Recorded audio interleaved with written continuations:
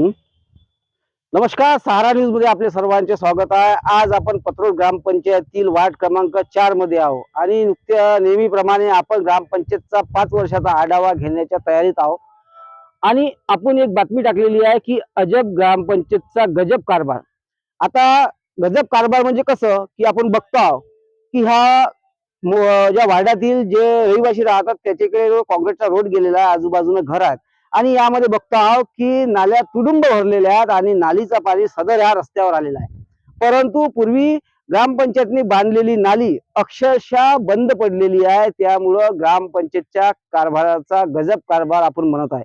कारण लाखो रुपये खर्च करून ग्रामपंचायतने नाल्या बांधलेल्या होत्या आणि नाल्या बांधलेल्या असताना संबंधित पाणी हा या साईडले आपण दाखवत आहोत, या साईडले काढलेला होता आणि ही नाली अक्षरशः बंद पडलेली आहे. लोकांनी, नागरिकांनी आपापल्या घरासमोरची नाली हे बंद केली. त्यामुळं संपूर्ण पाणी हा रोडवर येतो आणि या रोडवरून या घाणीच्या साम्राज्यातून घाणीच्या अशा गढूळ पाण्यातून लोकांना जावं लागतो आणि आपण बघतो आहोत की इतकी मोठी धोप थांबलेली आहे. मुख्य रस्ता जो आहे त्यांच्यावर जाण्या येण्याचा तो रस्ता बंद पडलेला आणि पाणी रोडवर आहे. परंतु ग्रामपंचायत प्रशासनाला अनेकदा येथील जे नागरिक आहेत कोठे यांनी अनेकदा तक्रार दिलेल्या आहेत, पंचायत समितीला तक्रार दिलेल्या आहेत, परंतु या तक्रारीवर कुठलीच कारवाई गेली नाही. आणि असा एक आरोप केलेला आहे की या साईडने नाली बांधकाम तिकडे सुरुवातीला केलेलं आहे, परंतु नाली बांधकाम हा पूर्ववत इकडे दाखवलेला आहे, परंतु ही नाली झालीच नाही असा आरोप सुद्धा त्यांनी केलेला आहे. आणि आपण संपूर्ण आढावा नालीचा आपण जे आहे ती नाली आपण दाखवणार आहे.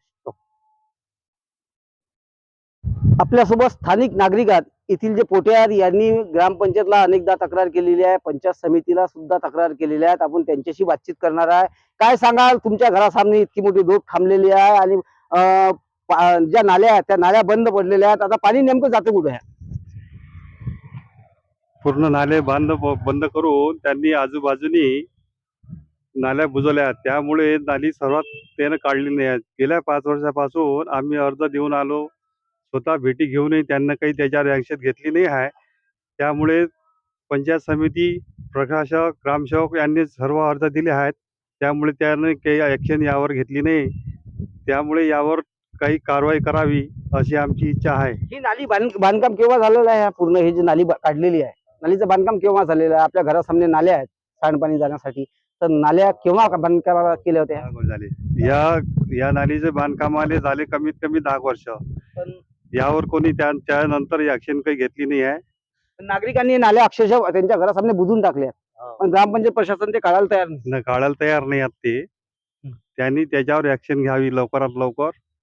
कमी जास्त झाल्यास ग्रामपंचायत, प्रशासक यावर जबाबदार राहतील.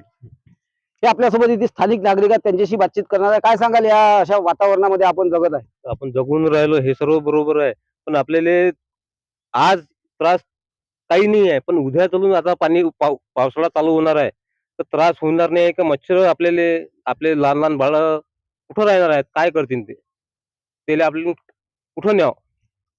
आपल्यासोबत स्थानिक नागरिक भोलूबू आहेत. क्या भोलूबू, इधर ही वार्ड में रहते आप, क्या परिस्थिति है इधर की? तो इससे तो बहुत परेशानी निकाल रहे हैं हम। आज उन्हाळा आहे तर बाकी अब इसमें से हम अभी भी ऐसे कीचड़ में जा रहे हैं, पैच उड़ा के जाते हैं, कीचड़ में से जाते हैं हम। और उसमें और दूसरी बात ऐसी है कि अब बरसात में और पानी थमेगा, उधर से भी ये भी होगा, नाली को बनी हुई मुझे गई। और नाली के जो ग्राम पंचायत के लोग आते भी नहीं इधर, ऊपर से भी नहीं करते, सफाई भी नहीं करते, और उसमें परेशानी हमको बहुत है। इसकी नाली जो होती है, नाली बनाने की कर सकते तुम्ही। आपण म्हणतो गाव तसं चांगलं आणि वेशीवर टांगलं, ही म्हण ह्या गावाला लागू होती. आणि ग्रामपंचायत म्हटलं की अमरावती जिल्ह्यातली सर्वात मोठी ग्रामपंचायत आणि उत्पन्न देणारी ग्रामपंचायत आहे. लाखो रुपये 15 वित्त आयोग मध्ये येतात आणि याचा विल्हेवाट कुठेतरी बांधकाम करून ते लावा लागतो आणि लावल्या जाते.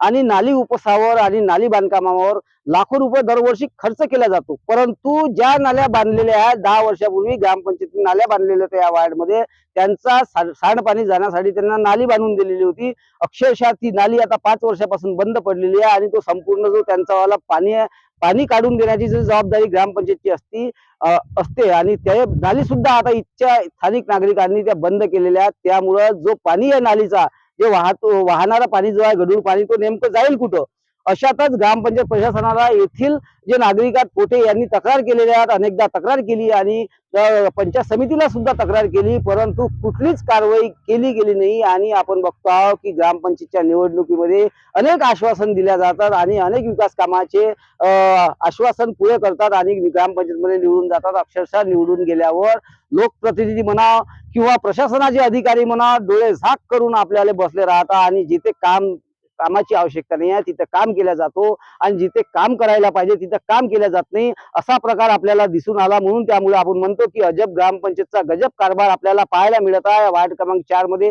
याआधी आपण सुद्धा एक बातमी लावलेली आहे आणि लोक खरोखर त्रस्त झालेले आहेत, परंतु ग्रामपंचायत प्रशासनाने स्वच्छता, पाणी आणि वीज हे देणे अनिवार्य आहे, परंतु ते सुद्धा देऊ शकत नाही. आता पावसाळा लागणार आहे आणि पावसाळ्यामध्ये साथरोगाची लागण होऊ शकते आणि अनेक पिण्याच्या पाण्यापासून आजार होऊ शकते आणि लिकेजेस सुद्धा आहेत. नालीमध्ये डास आहेत, त्या डासामुळे डेंग्यू होऊ शकतो, मलेरिया होऊ शकतो, परंतु ग्रामपंचायत प्रशासन हा नागरिकांच्या जीवाशी खेळत असल्याचा प्रकार आपल्याला पाहायला मिळत आहे. आणि अशाच बातम्या आपण सहारा समाजाच्या माध्यमातून 5 वर्षाचा संपूर्ण आढावा देण्याचे प्रयत्न सहारा समाजाच्या माध्यमातून करणार आहोत. सहारा समाज आणि रुपेश फरगुंडे, अमरावती.